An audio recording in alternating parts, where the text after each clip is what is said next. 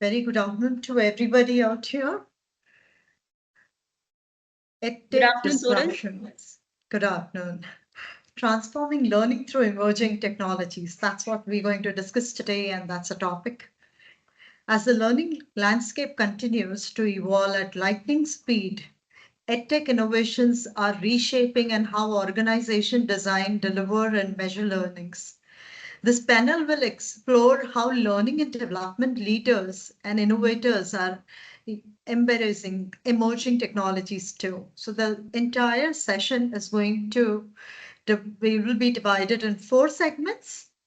Segment 1 talks about understanding the EdTech disruption.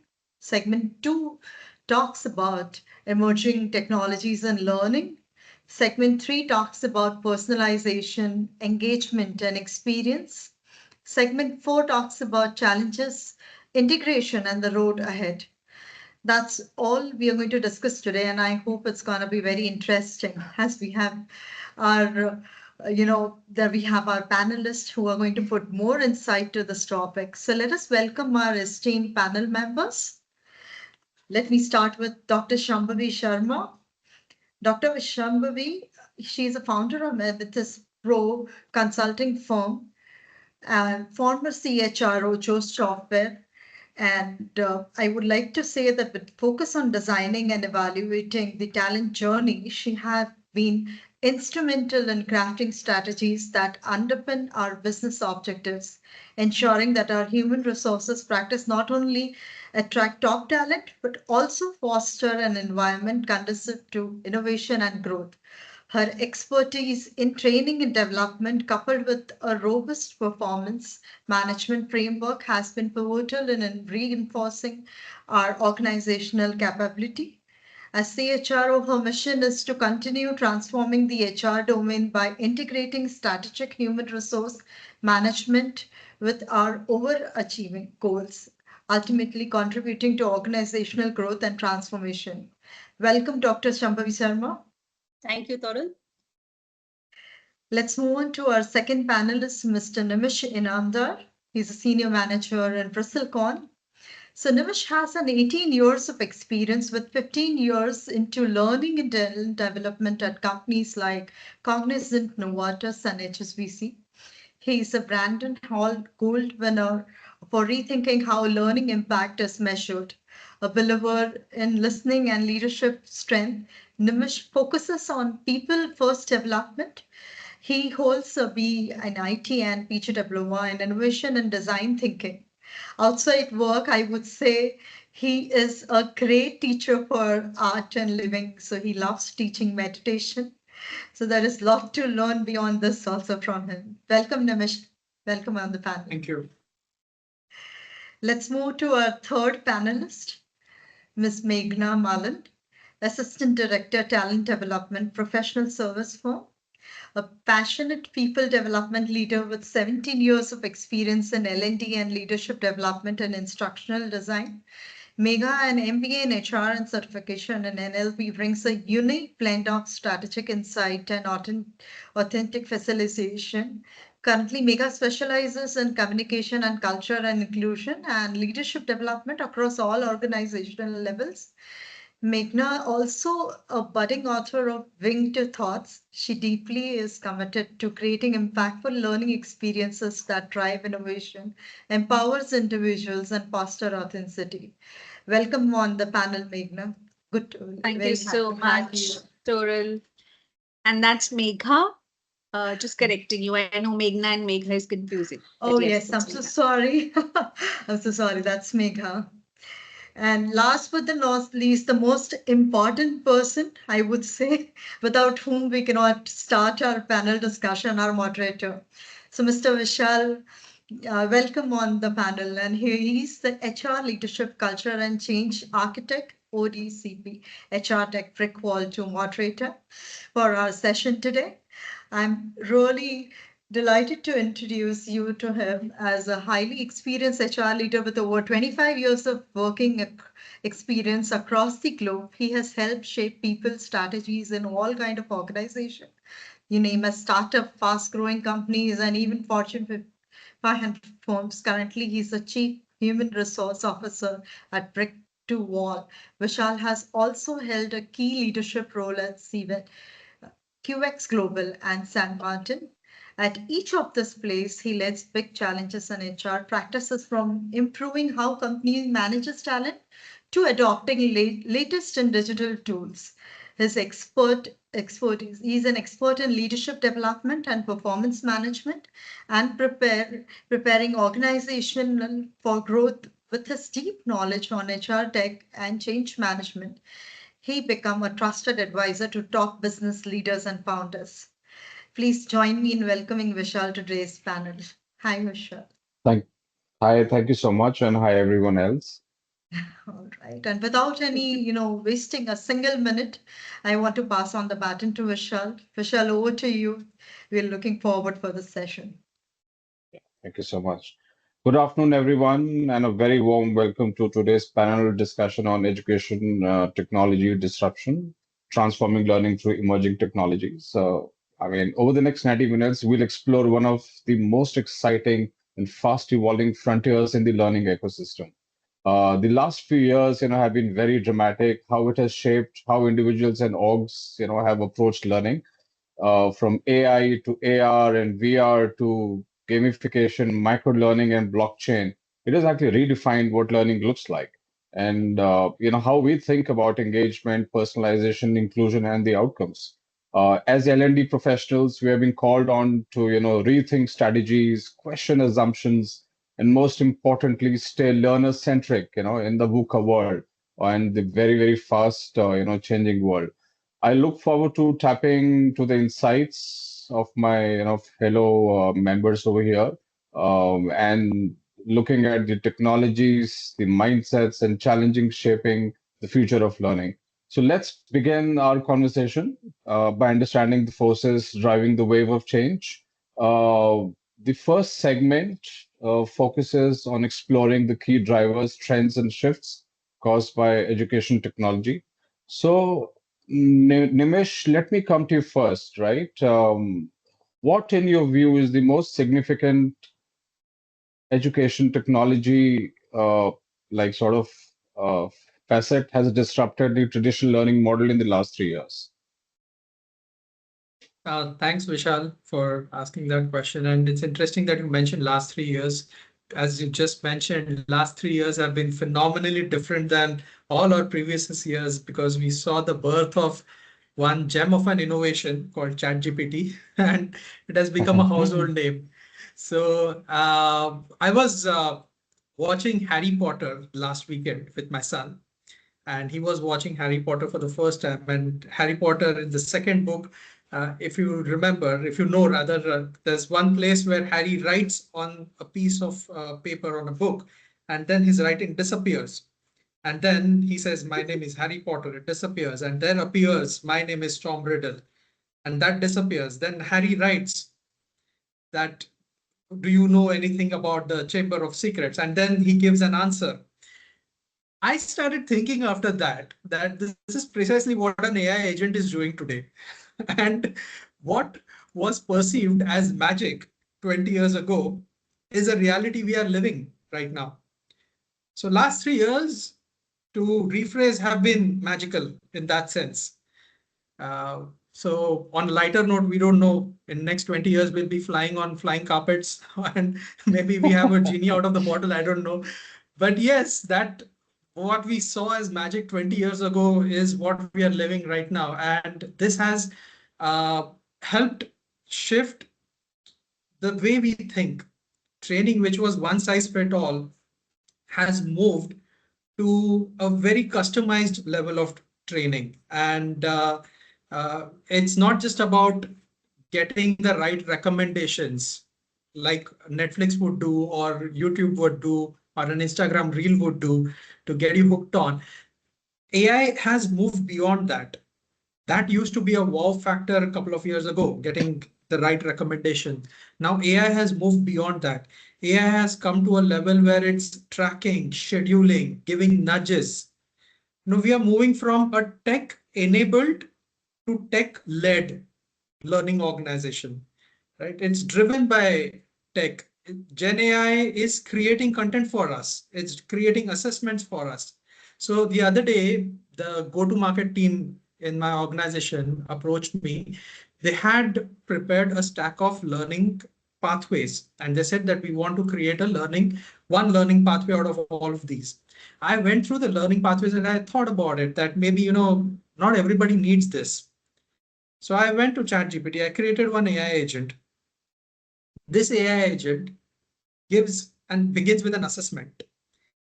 In this assessment, questions are asked, and these questions are not objective. They're very subjective, open-ended questions expecting a subjective answer. Based on those subjective answers, there are some 5 to 10 questions that are being asked. And based on the previous answer, the next question is asked. It's very dynamic. Based on the questions get changed as per the person. And then comes the assessment. After the assessment, we get to select that these are the pathways for you. It's very customized, So, so if you ask me in short, last 3 years, we are moving from a one size fit all to a very customized learning, which is, exclusive for me, not just for my team, not just for my peers, but exclusive for me. Something that is very close to me, and that's how learning is getting driven, engagement is getting driven now. So it's so thank you so much. It's very I mean, it's very interesting that you said that L&D is now led by technology and not just by driven by technology. So like that has stuck in my mind, right? So and I love the example that you gave and the agent that you've created. I think it's extraordinarily innovative. So that leads to the next question. And Megha, if you could, take that up. How are the organizations reevaluating the L&D strategies in the light of these emerging technologies? Because literally change is happening every single day. We blink an eye, there is another LLM model that is up there in the market. I mean, LLM is just one of the things. In fact, agentic AI is one of the things that is already prevalent. As he just mentioned, that he created the AI agent and whatnot. So how do you think the orgs are reevaluating their L&D strategies? You just answer that. Sure. Yeah. Thank you, Vishal, for that question. And thank you, Nimish, for getting us started. I think for sure, organizations are recognizing the need to reevaluate their L&D strategies. If they don't do that, the physical classrooms or the virtual classrooms are going to be empty. No one is going to come and attend the sessions, right? I think the first and the foremost thing, Vishal, that the organizations are doing, they're ensuring that their learning objectives are closely aligned to the business objectives and the organizational priorities. They're really looking into it now and working closely with the business stakeholders, talent consultants, to ensure that everything is aligned. Learning is not seen as a external support, but it is integrated into the way people work, into their career journeys. So that's one. Secondly, I think the second thing that they're doing is they're ensuring that there is a huge shift into data analytics. Even L&D experts, L&D teams, they are leveraging the data that is available. They're looking into the learners' performance, their behaviors, their preferences, and then going back and reevaluating what learning programs, what learning enablers should be made available to people, which is relevant to them, which is adding value in their career journeys, right? And the goals that they have set for themselves. Thirdly, I think, of course, with this increase in AI, organizations are ensuring that they're keeping up with that pace. They're ensuring that they are understanding their own AI capabilities. What are they? Where are they today? And what all vendors they need to partner with to ensure that their AI capabilities can be enhanced. And then how do they kind of upskill the workforce out there to leverage those AI capabilities? So that is very important, right? So I think broadly these three areas where L&D teams are reevaluating their strategies is what I would say. No, excellent. Absolutely excellent data point. And maybe, at some time in this discussion today, we'll also talk about, because it actually, requires a huge investment as well. The MNCs are already investing, and I am already aware of it. their internal LLMs, and the various AI tools, and the market is flooded with them. And I'm going to come to that which ones to choose and which ones to not. But let me ask Shambhavi if I can. Uh, are we witnessing a mindset change, a paradigm shift in learners and organizations as well due to this boom of EdTech? Absolutely, Vishal. And coming back to Nimish, I would want us to take us 5 years back. I think 2020 was actually where it started. A lot of disruption happened, and I want to break this down into looking at the disruption first. I think COVID-19 was the mother of all the disruptions, where we started working from home, and the kids had laptops and phones and accesses to all the technologies, which was never before, right? Previously, we would not allow kids to take phones to schools, and there was a very less exposure to technology. So I want to also quote a story or a folk tale called The Wizard of Oz. Okay. And I think the moral of the story Wizard of Oz is the disruption starts with yourself. I think we are ourselves looking at so much change happening in the pattern of learning, right? Bite-sized learning and capsule sessions are very, very important, because I think the learner's attention span is very limited. There is a lot of disruptions and distractions when you even, create a presentation, because AI already has it, as Nimish mentioned. So at this time, I think diverse tools and resources are now available, unlike the traditional learning methods where we would go to classrooms and learn and have trainers for the entire day or half a day sessions. Almost every technology is now available on fingertips, thanks to AI, VR, advanced learning. So analytics, data analytics is now so easy, where you don't have to really spend days together analyzing your age-old data. This whole disruption has created a huge mindset shift, and we now need to go above what is expected from an organizational perspective to stay ahead of competition. So also, I think the customers' requirements would change. So we can no longer offer the same age-old traditional learning methods to upgrade our organizational capabilities. I would probably take a stop here and also cover this again when we talk next, as Vishal mentioned. But if there is any specific area you want me to highlight, I would be glad to. Sure. No, so I would, actually, like, this is something that anybody could answer. I was just saying that, like, there is a flurry of these tools, these solutions, et cetera, et cetera. And then every organization, have got the context, their own specific requirements. But which one to choose and which one not to choose? So how do you decide that? And how do you mull on this? And then how do you make the final, like, decision? Because there is an investment, but beyond the investment, there is already an existing skill set which needs to be taken into account. So how do you, like, do that?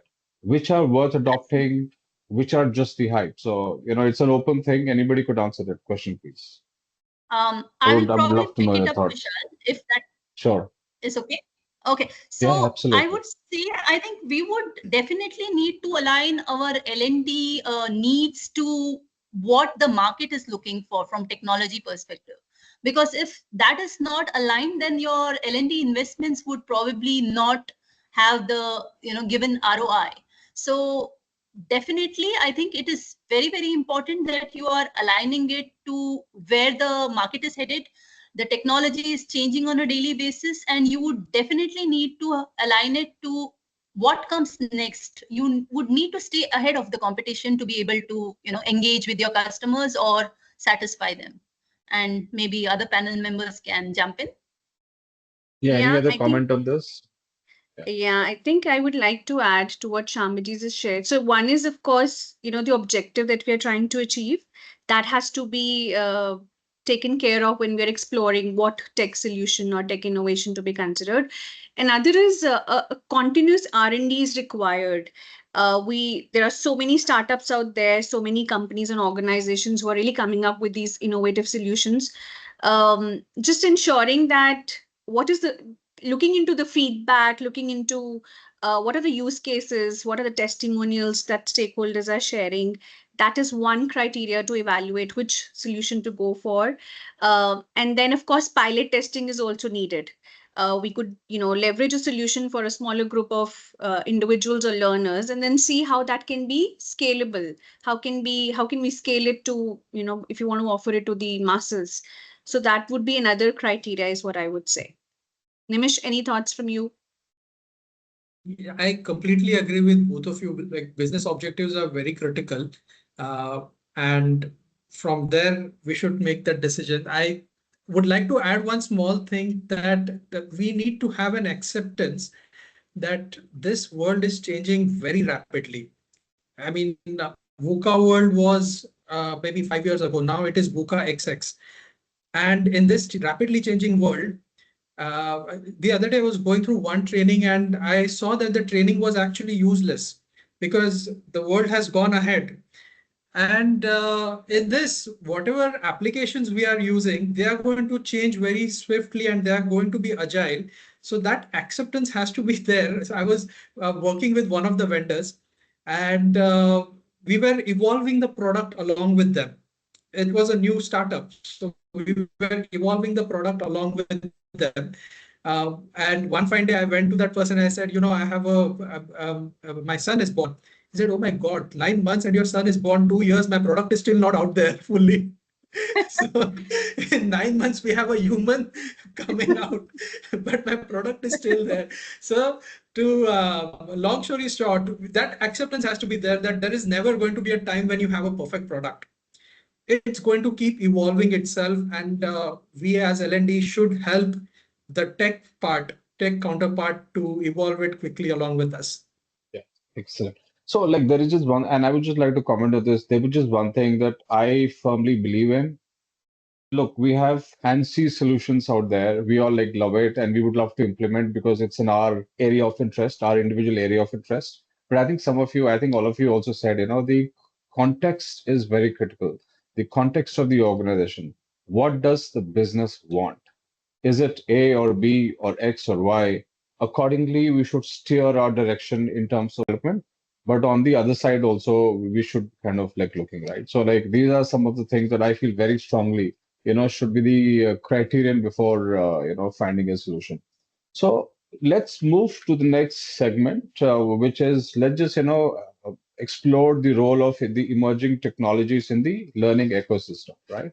So, Megha, if I can ask you again, how is AI transforming the content delivery, learning assessment, and personalization, in your organization, in your workplace, maybe your current workplace, or it has already like done in the previous one? So, I would love to Yeah. know your thoughts. Sure, Vishal. So clearly, like I said, a lot of work is in progress. We are exploring what could be the use cases, where can AI be embedded. If I talk about content delivery, it has made our life so much easier. When I say our, as in L&D teams, L&D experts, the amount of time that we spend on creating content, that has significantly reduced. Automated content creation is possible, and we are now able to generate engaging and effective learning content. Intelligent content curation can be done. So, anything that you need, be it quizzes, assessments, scenarios, case studies, it is so easy now to get it through AI, which is enhancing our impact and also reducing time. It could be, of course, investment and R&D is needed, but then I think the learner experience is being positively impacted by using AI. And then if I talk about personalization, of course, with AI, personalization is so much possible. Shambhavi and you all have been talking about since the beginning that one of the major shifts that has come in how learners want to learn is they need personalization. And we can leverage and continue to leverage AI to ensure that learner behaviors, learner preferences are, uh,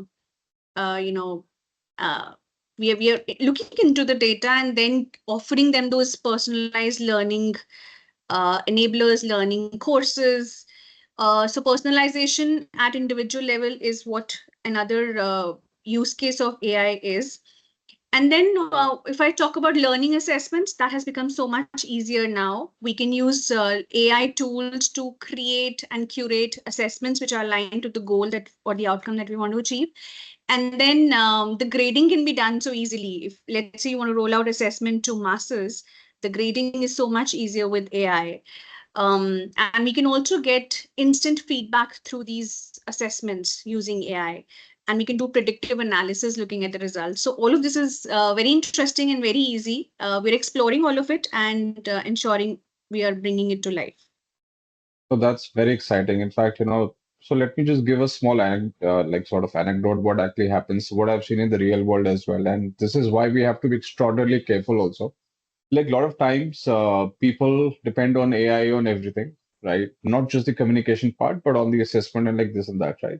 However, we also like sort of need to curate intelligently because AI throws up uh, the stuff as it's supposed to be, and we need to understand what aligns with our, I mean, at workplace and the organizations, and what doesn't, and we have to eliminate because a lot of people just blindly copy paste and just implement the solution.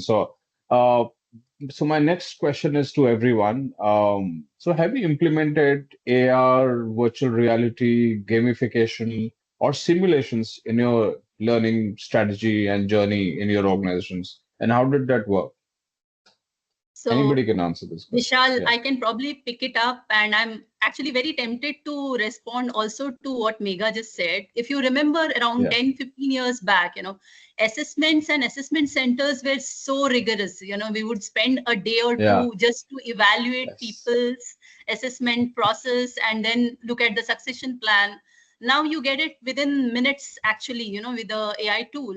Having said that, I think there is no substitute for human intelligence, because somewhere, as you rightly mentioned, we would have to take it with a pinch of salt in terms of what people are doing versus the reports which are actually generated through AI. Coming back to the gamification part, I think gamification has worked very well for us in all my previous organizations. I think the entire learning strategy through gamification has become very easy, because it people find it employees find it very exciting to learn with gamification training methodologies. Apart from that, I think we have also implemented it in our wellness platform to look at the entire employee experience, not just learning and development. So we actually had built a stepathon with one of our vendors, where we could actually show them the results of their health and wellness initiatives through stepathon and make them aware of how it is important to participate and reduce their stressors through simple gamification programs like this. And coming back to customer experiences, I think most of us have evidence that customer experiences and customer labs are actually simulated within the organization, so that when you're new to a project or you have a major challenge in the project, if your team members, especially for product companies, if they're exposed to some simulation which is based on very low risk, okay, your employees who are customer facing will be better prepared for such events. So definitely in for gamification, virtual experiences, employee experiences, health and awareness, and the entire employee experience platform can be, taken to the next level using these technologies. Maybe the other panel members could add on. So like before this, I would just like to catch on or latch on to your earlier comment, and it's very interesting, and I want to make it a little controversial here. So do you think, or did you mean to say that tools like, Hogan are no more required? Oh, okay. Because No, I'm not meaning that, Vishal. okay, I would say we okay, definitely need those tools to validate, because all said and done, I think there are parameters which we have been using traditionally so many years, right? So finally there's a human looking at these assessment reports once they exactly, arrive. So exactly. these interventions will be required, but you don't I require agree. those day long or a half a day session of Yeah. all the simulations which we used to use. No, I Thanks for totally that. agree. Yeah, Thanks sure, for the sure. No, no. Thanks for clarifying. Thanks for clarifying. And of course, I totally agree with you, Shambhavi. Maybe if you could also answer, that what potential do you see in technologies like blockchain and for credentials and skill verification? Because you've been talking about skill verification a lot, and you've been doing a lot of work in that direction, in that field. Uh, I would probably skip the blockchain to someone else, but yes, I think Okay. the technology has gone to an extent where blockchain is used for almost all the background verification processes which have been automated, employee selections, talent management. I think most of these HRMS tools, the HR tech tools are using blockchain extensively to validate and, carry the skill verification quickly, and they are able to give us authentic results using these technologies. But does anybody else want to take it up?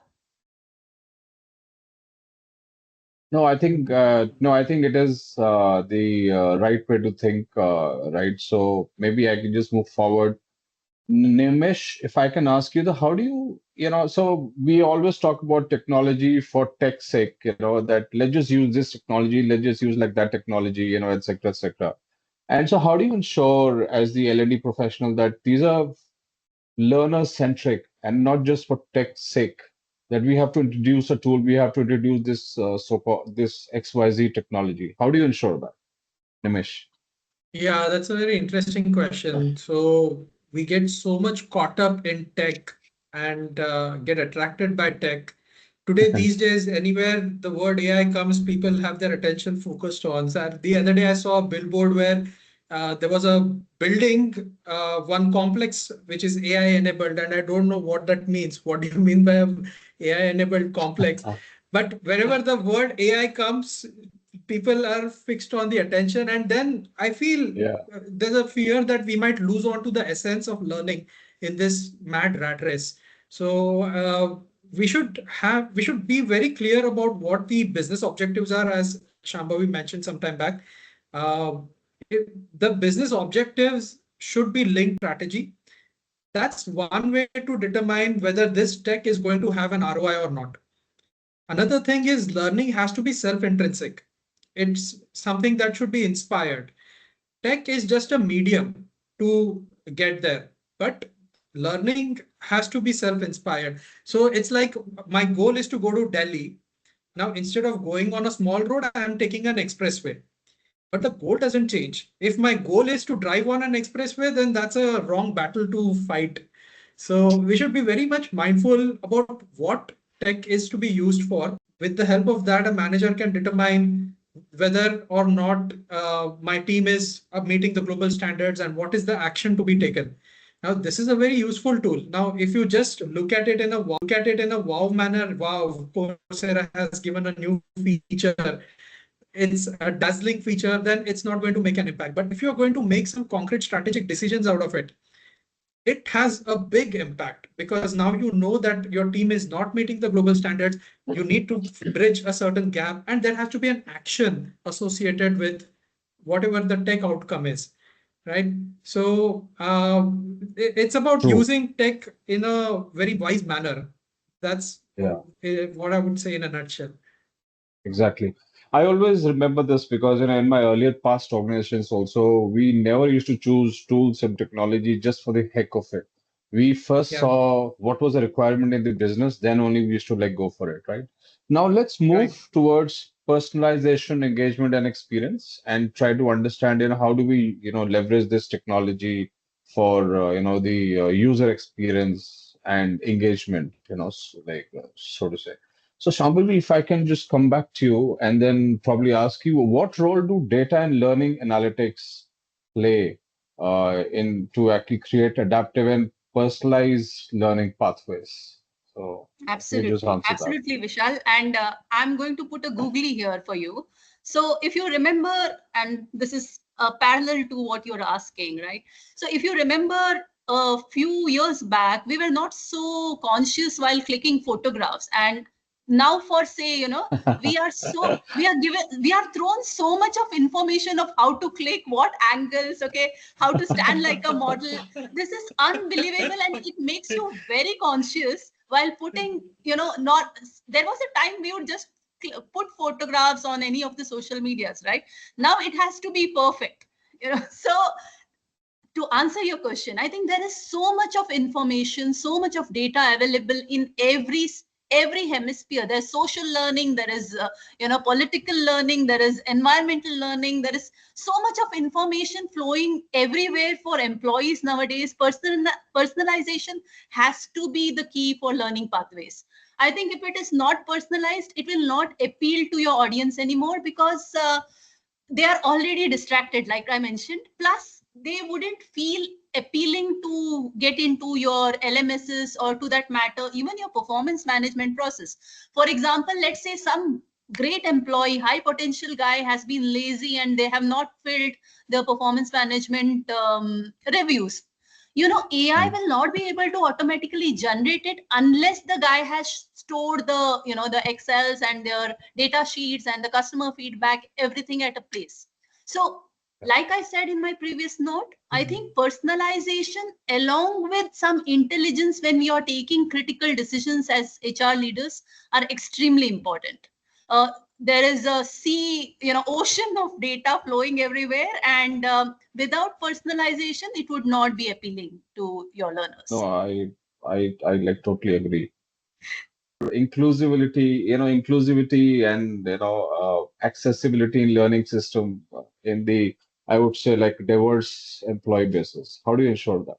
Because that's one thing Yeah. that the HR, the learning, leaders, really have to be cognizant about, especially in today's time, well, like earlier as well. So how do you like do that? So in my previous organization, we had one program for people coming from the ability group.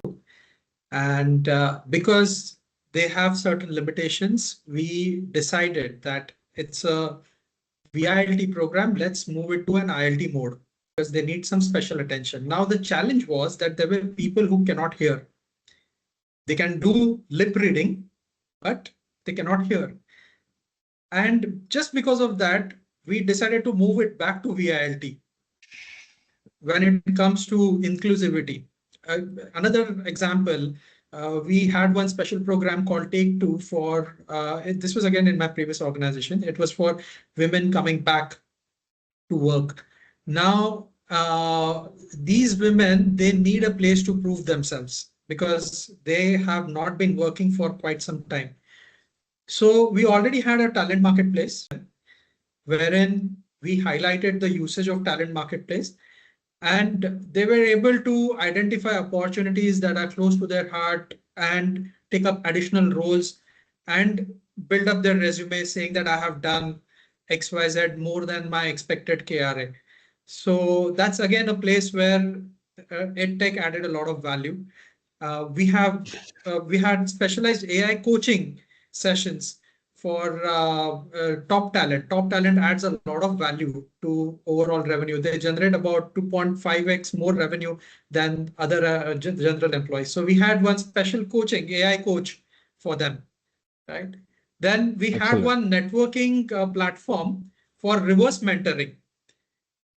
For people who are at senior leadership level to get coached from people who are at junior level. So that ways we were able to reach diverse portfolio of population in a very personalized manner.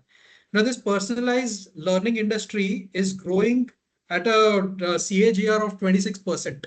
I learned the other day. So it's an amazing growth that it has and amazing potential in future as well. No, that's actually fantabulous. Megha, let's just come to you. So how has the learner behavior changed, and how do you think that using, education technology, EdTech to cater to evolving preferences? Yes. Thank you, Vishal. I think for sure, the learner, we have been talking about it in pockets. Learner behavior is significantly has changed, and this has been influenced by the advancement in technology, shifting workplace dynamics, evolving expectations from business, and EdTech is acting as an aid to help us cater to these evolving preferences. So first and the foremost thing I think is learners are now preferring flexibility. They really want the learning solutions, learning enablers that allow them to that allow them to learn from anywhere, anytime. And I think this shift is happening because of this rise in hybrid and remote working. People need more work-life balance. So they just want to learn on the go. And I think this mobile learning is helping a great deal there. People don't want to sit at one place. They don't want to block themselves for 2 hours, 3 hours, and then do learning. They just want to learn on the go. And all thanks to this memes and reels culture that is there. We just want to learn the way we look at reels, which is just easy. LinkedIn or Instagram, everywhere these features have been incorporated. Quick reels for people to learn.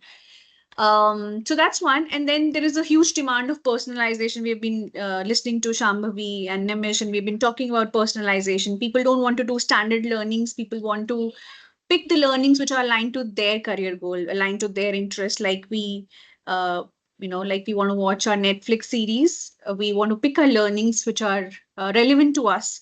That's what learners are doing.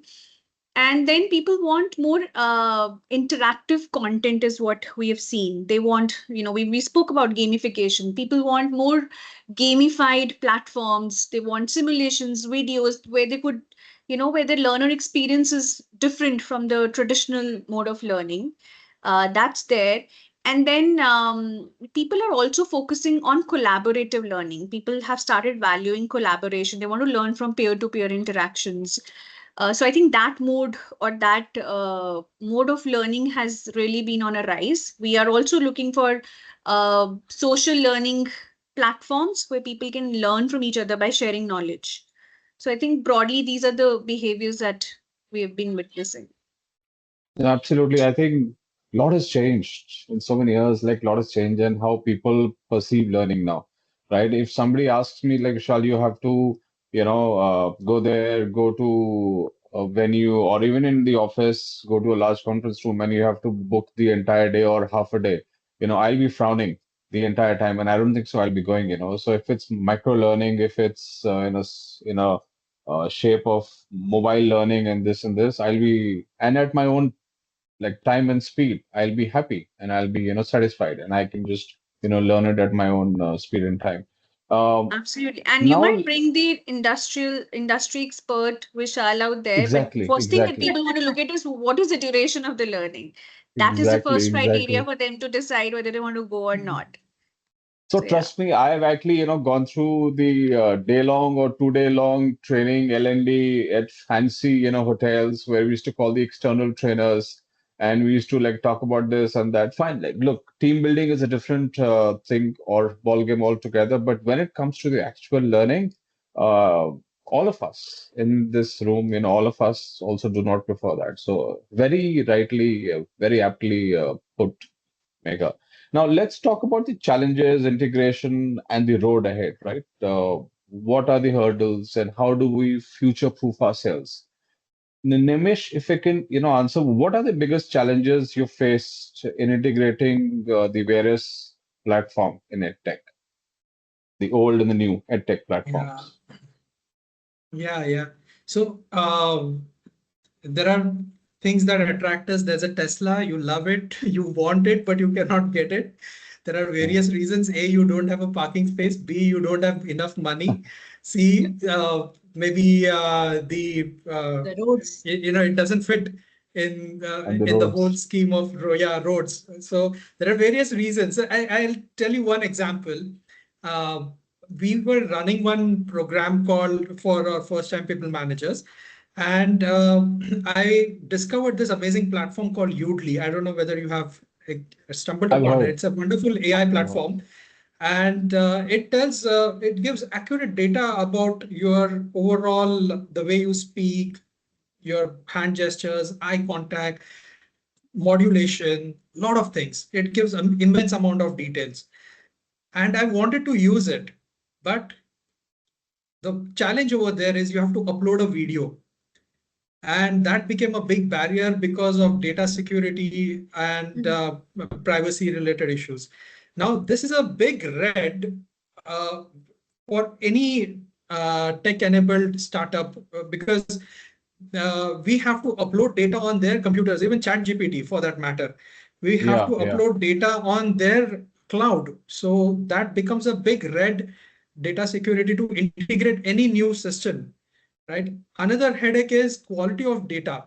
Now, there are quite a few tech-enabled centers, I mean, EdTech-related startups that help us monetize and analyze the data pretty well. But we don't have the data fluently with us because L&D sources data from multiple platforms. And right now, even today, data mining is done on Microsoft Excel. And I think that's one place where we need to have a flawless integration. What the vision I see is that we need to have one HR platform where right from onboarding to talent development, talent management, and up to exit, everything happens on that one platform. So you get a complete clean data right from the resume level. I can do skill mapping. Based on that, I can place that person in the right sense. But this integrated environment is not happening due to various reasons. A, the teams are not integrated. Yeah. B, integrating all the systems, considering we are flying from legacy to through different systems. So integrating all of that together is going to be one hell of a task. So that's, I would say that's one utopian dream to have one HR portal for all of us. But yeah, that's one very important hurdle.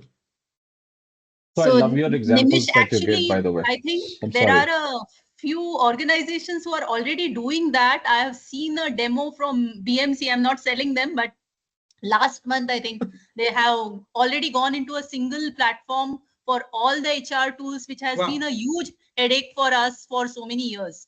So also, I think IBM has now a tool which is integrated with all the employee data, employee end-to-end employee lifecycle under one umbrella. So that would probably save some time for us. Brilliant. And not just time, it gives so much of insights because you have an access to so much data at the fingertips. So you can take quick decisions based on that. Yeah, it gives you a holistic map of what you need to actually do with the information, so.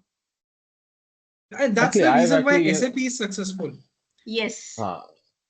So I've also come across, like various instances where maybe some integration is there. So whatever people, sort of type on chat and emails, so that is also captured without the names, just the words and phrases that they use, and there is a sentiment analysis which starts happening in the backend, right? So it's very interesting how the entire thing is there. I love your examples, like Nimish that you gave, Harry Potter and the others. So absolutely, I absolutely, love your examples. There is one thing which is, I would say, a red line or a cause which gives sleepless nights to many organizations, especially the IT professionals in those companies, is the data privacy and data security. I've actually heard of a lot of like big organizations, MNCs, where they have their own LLMs. They don't allow the OpenAI thing, to be used by their employees. Some of you, I'm aware, may also be having something quite similar. So, having said that, that is one of the things that organizations are also very wary about, especially the geopolitical changes that are happening. Different countries own different tools, so that is also one of the security things. Now, Shambhavi, if I can ask you, how do you measure the ROI and the impact of EdTech-driven programs? Because ROI is one thing I think, like Nimish said or Mega said, and because ROI is the main thing. ROI is the key thing. If you don't have the ROI, if you don't measure, if there are no metrics, what's the use? It just fluff. So how do you do that, Shambhavi, if I can ask you? Sure. So, Vishal, yes, and I think that's the most important decision when we go and fix our HR budgets at the beginning of the year. And without that, I don't think we will get approvals or sponsorships to that matter.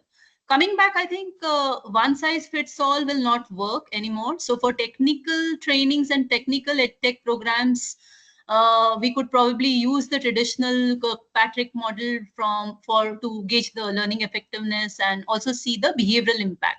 But having said that, behavioral changes still is a question mark, as all of us know, and that is long term. When you measure behavioral trainings and behavioral impact, that is a long-term measure which we would need to look at on the job or during the project itself, when the employee attends the program, or you actually see a behavioral change within the given time span.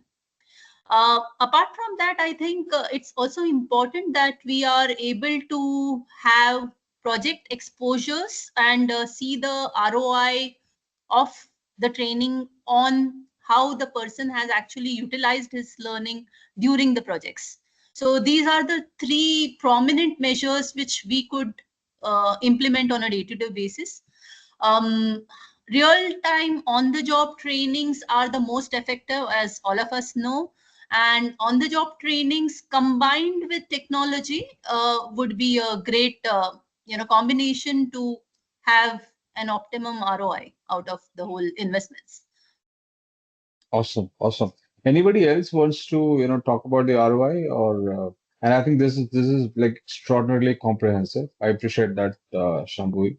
Thank you. Because if you don't measure things, then it goes haywire. Yeah. So you're saying something, Nimesh.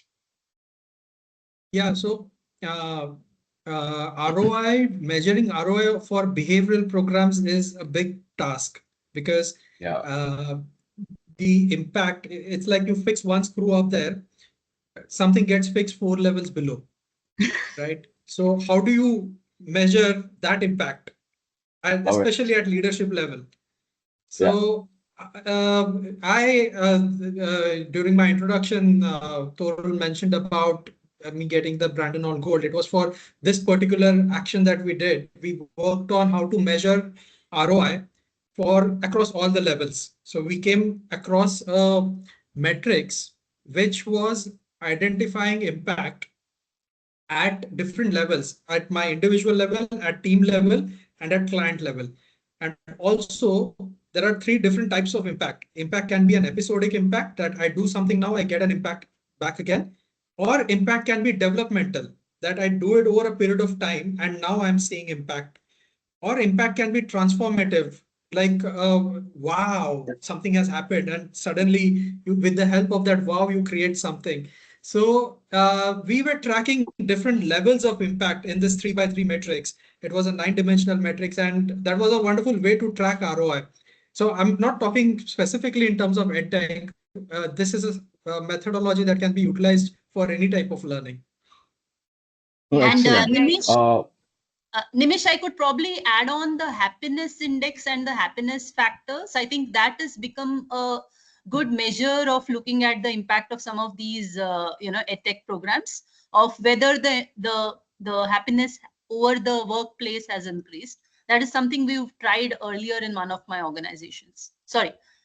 Yeah, and I just want to add, this is an interesting discussion for L&D people, right? When it comes to ROI Yeah. for behavioral learnings. Yes. So I think Yes. one thing that we have been following is when we are having LNI discussions, learning need identification discussions with business, we should ask them what do they think would be the metrics that we could measure after the learning is done. Because when they share that, they would be invested to track it for us. Especially for behavioral learnings, we need time. We need to give them time because behaviors don't change over time. So that's one. And I think now we can partner with a lot of these tech companies where behavioral assessments can be designed and can be deployed. And you give them like 4 or 5 weeks or maybe over months and go back and look at the results.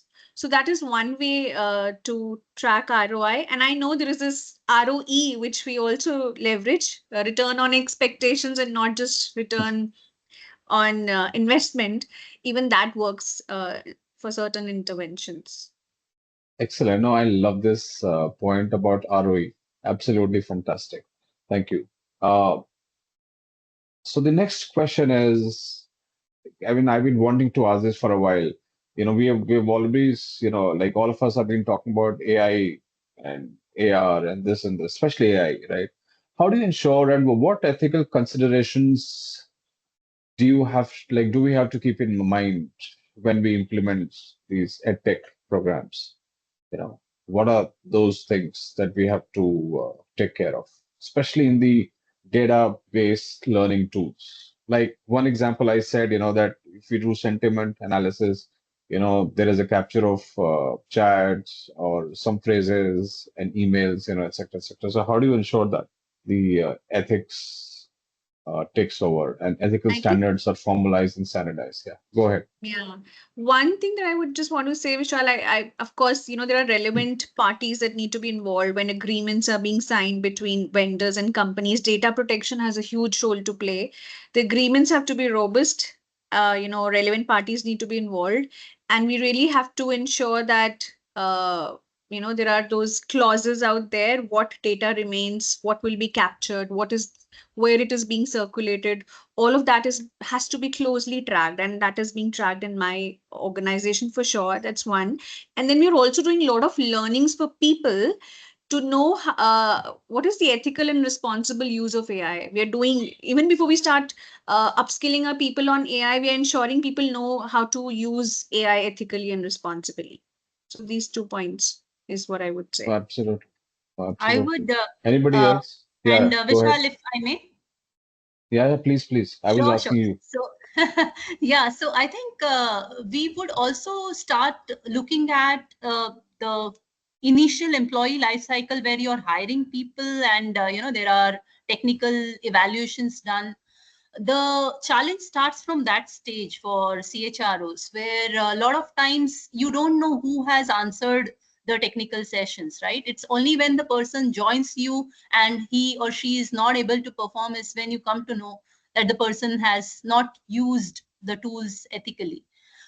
Coming back to the other ethical situations, I think even while we make it mandatory, for example, project management is a mandatory session for a lot of first time managers. And we don't know whether the person has actually gone through the entire project management course, or the person has taken help or stuff.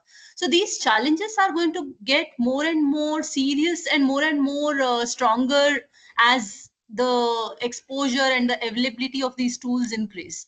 And at such points, I think it is also important for us, as I mentioned earlier, to take rational decision, putting all the information and data points together. For example, their previous performance records. Okay, suddenly a non-performer cannot be a high performer, and vice versa. Would you need to apply human consideration while taking these decisions? And I would say these are the ethical considerations we need to apply as HR heads, apart from the regular Yeah. compliances, data protection, data security, how the tools are being used. Okay, moonlighting. This is so Ah, common nowadays, right? So exactly. there are like Exactly. so many things which are now open because of these tools which we have. Yeah. No, I agree. I totally agree. One thing, S- Yeah, yeah, Nimish. one small thing I would like to add, while the processes play a very important role, they need to be robust. And I completely agree with what Megha and Shambhavi said. One thing I want to add is when we are taking a decision, this is something I do myself. I see if it would be good for me to take that decision. So, for example, data protection. How would I would react if my data is publicly available? Ah. And that helps me decide whether this decision is ethically right or not. No, absolutely. No, no, 100%. Let's be in their shoes. Let's be in everybody's shoes and Yeah, understand and see, how does it work for us?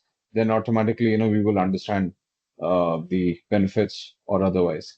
So we have reached towards the last segment of this wonderful discussion that, we were having. So maybe Megha, I would, request you to highlight. So how are you preparing your L&D teams and learners for the continuous like tech evolution and revolution, I should say, is happening. So how do you prepare that? Yeah. So I think, Vishal, we will have to adopt a two-pronged approach, right? We need to uh, ready our L&D professionals, our L&D team, and the learners, and the business, and all the personas, users involved, right? So for L&D teams, for our own teams, we are ensuring that regular ongoing training is being given to them. We are ensuring that they are being updated about the latest trends and tools and methodologies that are available. Two, I think it is important to keep investing in the technologies to collaborate with the tech partners out there. I'll give you an example. We are currently exploring, I talked about LNI. So LNI is a important Yeah. step towards proposing a learning solution. So LNI traditionally is being done through focus group discussions, through one-on-one discussions. So we are, exploring with certain tech partners any platform where LNI could be scaled. We could, design a questionnaire and it could be rolled it out to the entire organization or relevant leaders. So, finding ways like this so that, we can reduce our time. We could use our time on more strategic initiatives and not really doing the work that can be automated. That's the Yeah. other thing.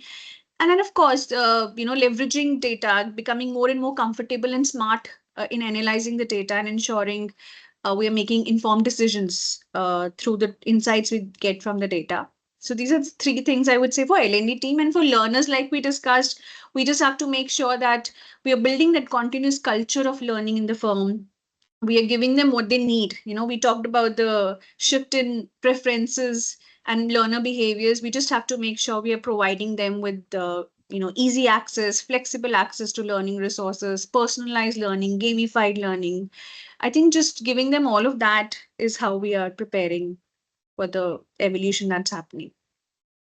No, that's absolutely right. Absolutely right. And like that's a lot that you're like doing. And I think a lot of L&D professions are also like doing. So I think we have come to the towards the end of the discussion. I would just like to close it by saying that technology is here to stay even for the future. We adapt to it, we don't adapt to it, it's on us. But it has already, as somebody said towards the beginning of this discussion, that it's a tech-led world, not just a tech-enabled world, right? So that paradigm has already shifted, that train has already started. Now it's up to us how we adapt and how we evolve, and what all things that we bring in the mix, so that we also evolve in our journey, and we actually help the learners to adopt the various methodologies. So the end goal is very simple, that the knowledge needs to be imparted. Right now, how it's to be done and how it needs to be carried on, the journey is something that is already led by technology. So over to you. Totally. you know if you have got any comments, the my fellow colleagues, panelists, so if you've got any comments, feel free to make the closing remark, and then we should be open for question and answers, I guess, from the audience. And thank you, Vishal, Megha, and Nimish. I had fun. Same here. Likewise, It was a likewise, pleasure likewise. speaking to each other. Yes, and to the Yeah, audience. Thank you. I enjoyed myself. Yes, yes. So, what a powerful, I would say, power pack session. I would say, amazing session, and I like the enthusiasm. Every individual out here, I would say, all my panelists are full of, oh my God, a lot of knowledge. I think this 1 hour is too short. I should say that way. So many It's things to Friday. I discuss. think it's Friday and that added to the Yeah. enthusiasm. I So agree. many I things agree, I have to Megha. say when it comes to ROI. I think everybody is like, hey, this is something we should try it out. This is something we should try it out. Yeah. Yes, but amazing session, amazing session. I really, I would say, express my heartfelt gratitude to our all esteemed panelists, Mr. Nimishiman, Inamdar, Miss Megha Malan. I said it right now. Dr. Shambhavi Sharma and Mr. Vishal. It was an amazing session. Thank you. Today's dialogue actually sparked not only new ideas but also a thoughtful reflection on the evolving landscape we all navigate together, I would say. And thank you to our audience for your engagement and your questions and your even the curiosity and for being a vital part of this exchange. Maybe the conversation start here. It should continue and it should grow beyond the space. I feel inspiring actions, innovation, and collaboration, I would say. So, let's carry this energy for today with purpose and possibilities. Until next time, I would say thank you, everybody for your time over here, and take care. I would say thank you so much for your time. Thank you so much. All right. Thank you, All right. Joel. Thank you, Vishal, Thank you. Nimish, Shambhavi. Happy Friday, Thank happy Thank you, weekend Megha. Thank to you, Wish you everyone. the Happy Shambhavi. same. Friday Thank you, too. Thank you, Vishal. Total, and thank you, Yes. Shiju, for Thank you, organizing this. Joel. Yeah, Yes. same Thank here. you, Thank you. Shiju. Bye. Take care. Thank you. Bye.